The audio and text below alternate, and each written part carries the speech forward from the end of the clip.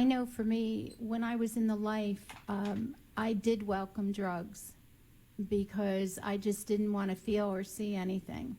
So that added to the addiction, but then that also enabled and added to their control over me, where there was that reward and punishment concept.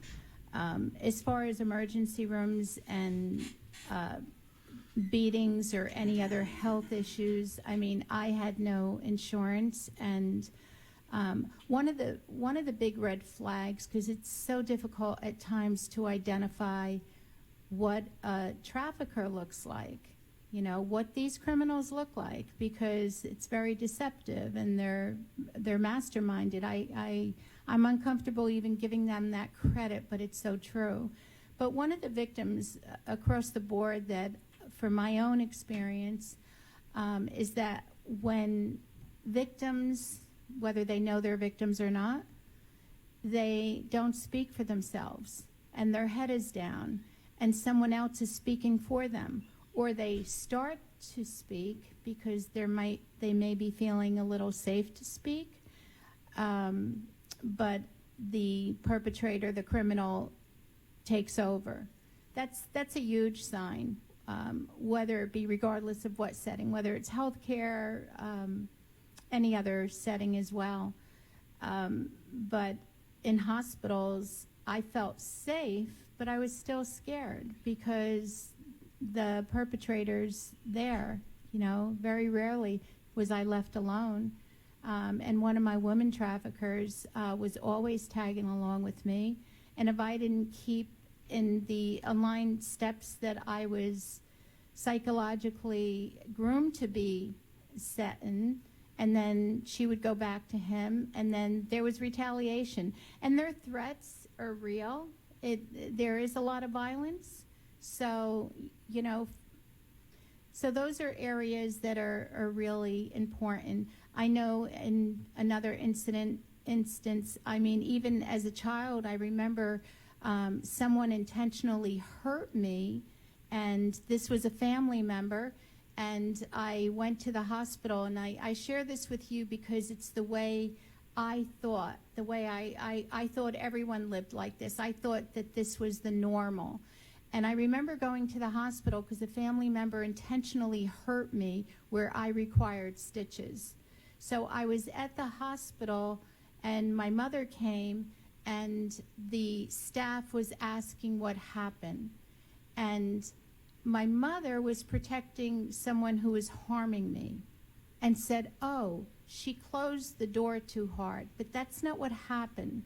The person who was trying to hurt me pushed the door with his arm, and the glass shattered over me, causing me to go to the hospital and needing stitches. So my point behind this is that I heard her say, and I said, that's not what happened, and I whispered to her, and she disavowed what I said. But I didn't close the door too hard.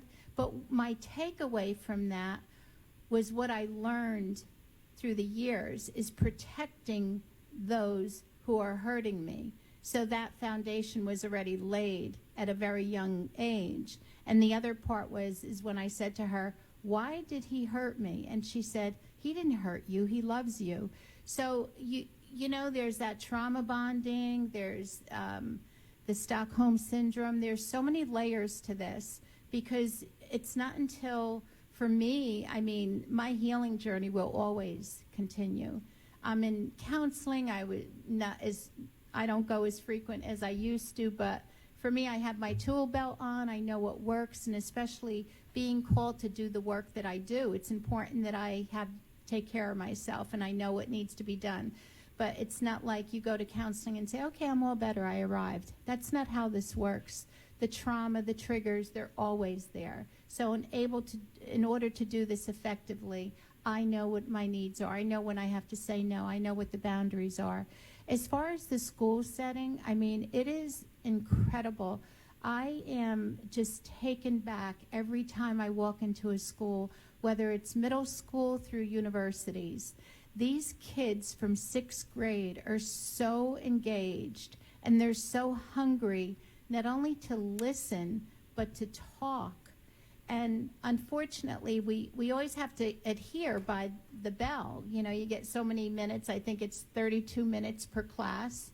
And we'll go for the whole day and do 6th grade through the high school. And the kids are left with so many questions because we don't have enough time for Q&A. And the teachers and the principals, the feedback is always consistent that even the kids that they have difficulty, whether it's kids that the bullies, it's the kids that are distracting, it's the kids with the poor grades, it's the kids that think they know it all, even those kids that are difficult, they are there so attentive and so hungry to want more because there's so much they can relate to. It's not a simple crime where whether you know the person or not, and plus there's so many different types of trafficking when we talk about familiar trafficking, the gang trafficking, when we talk about the grooming with the boyfriending. And many times it is not who we think they are. And they're being deceitful. They are luring you into a relationship. And another big sign is when they want to continue to divide you from the parents or the family that you think you're safe from in some cases. Because the more they isolate you, the more control they have over you. One of the things that I would like to see more of is more caretakers and more parents involved, because I feel it's so important that as far as prevention as well, I feel that we need to start from the beginning, and how girls and boys are raised can look very differently regardless of your background. And I know that from my own experience, speaking from where I came from, the boys, there's many cultures where boys don't have accountability. And it's okay for boys to get away to do that, or it's cute. And it's not cute, and because we're creating monsters. We're enabling behaviors that have no accountability at all. And the same thing for girls, because I've seen it too, where girls are so abusive, and girls are always, as I said earlier, traffickers. So that's really important.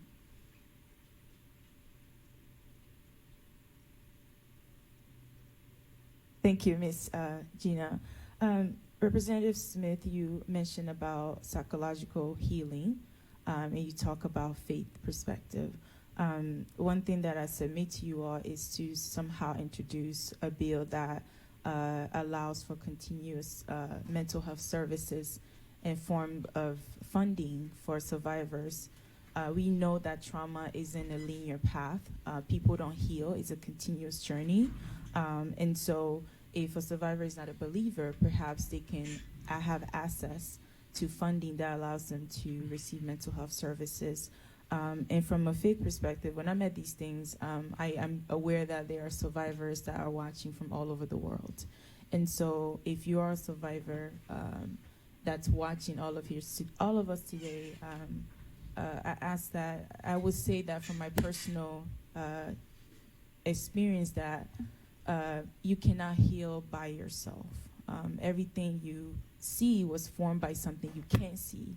And so if you're watching, I need you to believe that those things that your traffickers told you, they are not true. You're not broken. You're not made of glass. You can heal. You're not defective. You're not damaged.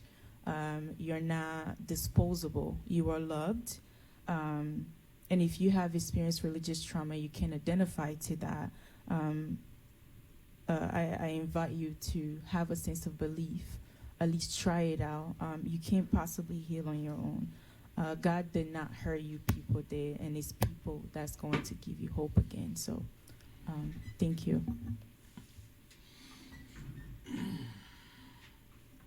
In terms of the medical training, I think that's a really crucial point, and certainly from an international perspective, to go in and do training with medical professionals, because it is a key place where they are coming into contact directly with victims of modern day slavery and trafficking, and they don't even recognize it. And I've kind of got two brains when I go in the room, because obviously I was a nurse, I was a pediatric nurse before launching the foundation, and so I know the chaos of being in A&E and how hectic the workplace is, and your mindset is definitely, let's fix the physical problem and then discharge. You're conscious of how many beds and the timescales.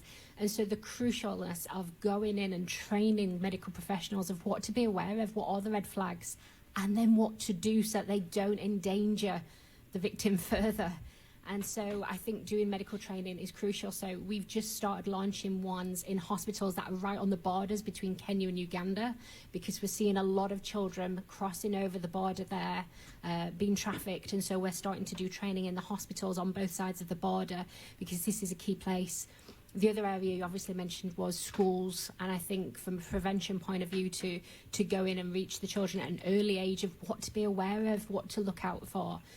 But for me specifically, from where I come from in the international community, identifying period poverty is a huge vulnerability factor, is massive. We're encountering children across different communities who they're having to miss a lot of school every month because of the shame and the stigma that's still attached, and so they wait at home for that week of the month. So many girls are dropping out of education. It's still in primary education, elementary here. Let me get my terminology right, elementary education, never making it onto high school. And so I think if that can be addressed as a key component in prevention, in tackling period poverty, then we can actually make a big impact. If I can just address three of your questions briefly. One is, we have learned over the last 30 years of working on human trafficking that survivors actually need lawyers. That goes also for children who are trafficking survivors need lawyers. And that goes also for children who are sexually abused by Americans or U.S. persons abroad. We've worked very hard to get pro bono lawyers to represent those children, even while they are still in the country of origin and the country where that abuse has occurred. So having legal representation along with mental health support and addiction support and housing, all of those basic needs, but legal needs are also, I think, quite fundamental. Secondly, and I think you heard this today, survivors need agency. And so when you talk about medical care, I think it's very important to remember that survivors need to be making the decisions. Survivors need to decide whether there's reporting to law enforcement, unless it's a child and there's mandatory reporting. This also goes for the hotline. And as Gina said, survivors, trafficking victims, when they're in this situation, they are terribly frightened of police and are sometimes abused by police and are certainly arrested by police. And so with the U.S. hotline now, with the National Human Trafficking Hotline, victims themselves, when they call, need to be able to decide whether or not to report to law enforcement. Survivors should not be arrested. They should be given opportunity to do what my colleague, Evelyn Chumbo, who's a survivor of child forced labor in the United States, said to me once. Evelyn Chumbo said, "I rescued myself." Trafficking survivors rescue themselves. Finally, I want to turn to this question about employment. Because I think some of the biggest wins that we have had in the last 4 years, 5 years on forced labor have been because of the Uyghur Forced Labor Prevention Act and because of robust enforcement by Customs and Border Protection of Section 307 of the Tariff Act. And those laws, as I have said in my written testimony, those laws which prevent goods made with forced labor from entering the U.S. market, those laws protect not just workers abroad from being held in forced labor, they protect workers here in the United States who can in no way compete with workers abroad who are held in forced labor. The last thing I'll say is that we have much to thank Department of Labor for these days. It was the Department of Labor who found those children working, cleaning meat house, packing floors in the middle of the night. It's the Department of Labor inspectors who found that. One thing that we need to do to protect workers here, and again, to prevent human trafficking, is fund the Department of Labor so that those inspections can take place and so that they're fully resourced. Thank you. I begin by considering what's probably a very common experience for survivors of human trafficking, whether in labor or in sex trafficking, is the overwhelming sense of isolation, that you can turn to no one, there's no one coming to rescue you, there's no one that's going to help you. And that keeps you silent for years, sometimes decades. And when I began to realize that I was not the only one, and that there were others out there like me, of course it was sad, but also very encouraging and empowering to know that there's others out there that have had these experiences and that are trying to make a difference. And my first encounter was with a nonprofit in Colorado that was doing some great work. And then I learned that there was a Colorado Human Trafficking Council. It was often called the Governor's Council, which is a collection of professionals trying to improve laws in Colorado on anti-trafficking. And then I learned, when I attended in 2014 a Shared Hope International conference in DC, that the federal government was working on it. And I had no idea, as a victim of human trafficking, that the federal government had any idea what human trafficking was or what they were doing. And nor did I know 20 plus years ago that you, sir, were making an enormous difference. So I thank you for all your work. And I think of how proud I am of the United States and of you, sir, and of my Congress, and that we are the greatest country in the world, and that we lead by example. We are not infallible. We are a flawed country. We are a flawed government. But we're doing a hell of a lot of good, and we'll continue to do that. And I am forever a man of hope. And when I encountered that the Department of Justice had OVC, and the Administration for Children and Families has NITAC, the National Human Trafficking Training and Technical Assistance, that the State Department has their network of experts, that the Department of Labor is engaged. It was humbling, encouraging to realize just how many different divisions of the federal government have actively been combating human trafficking. It's so very encouraging. And we still have a lot of work to do. But I'm so proud of my country and my government for making a difference. Thank you. Judge Logan, we're so proud of you, and frankly, your hope is contagious. I'll defer my other questions to in written form. Yes, Gina. Can I make one more comment? One of my concerns in the work that I do, that I observe, and it's pretty consistent. I think that organizations and individuals who do this work, not many of them, there's still a lot that are not survivor informed, where there are not survivors at the table. But they say they're survivor informed. But if they're doing a project, or they're having a panel, or they're having speakers, they're missing the survivors. Or they may invite a survivor, but the survivor is just there, and others are speaking over their voices. And to me, that's tokenism. And I think we need to take a look at, and I would love for your support to help me take a look at this, that when funds are distributed, that I believe that they should be distributed to those who are actually doing the work and not using survivors as tokens, but really, because we need each other. Survivors can't do this alone, and you all can't do it without us. So I appreciate that camaraderie, that respect, that collaboration, and we need to continue to build bridges, not separate them, because we are more than our stories. We are more than survivors. I have my professional life, my personal life, and my lived experience. But it really concerns me when I see organizations who are trying to do the work, but they're just missing the most important part. because I see it when I do presentations. I see it when I take a back seat and I see other people do presentations, but there's survivors missing, because the impact that you have when you walk alongside of survivors, between your professionalism, your experience, and our experience, the impact we make and the outcome we'll have can move mountains. But if we do this without you, or you do this without us, it's not going to work. It's not going to have that same impact. So I request and I plead to you to take a look at this moving forward. Well, if they say, well, yeah, we have a survivor included, well, you have 10 or 20 people there and you have one survivor there, and I barely hear him speak or her speak. You know, I could clearly within a few minutes see that as tokenism. And if that survivor is not in a good place, we're re-exploiting, and that's not what we want to do.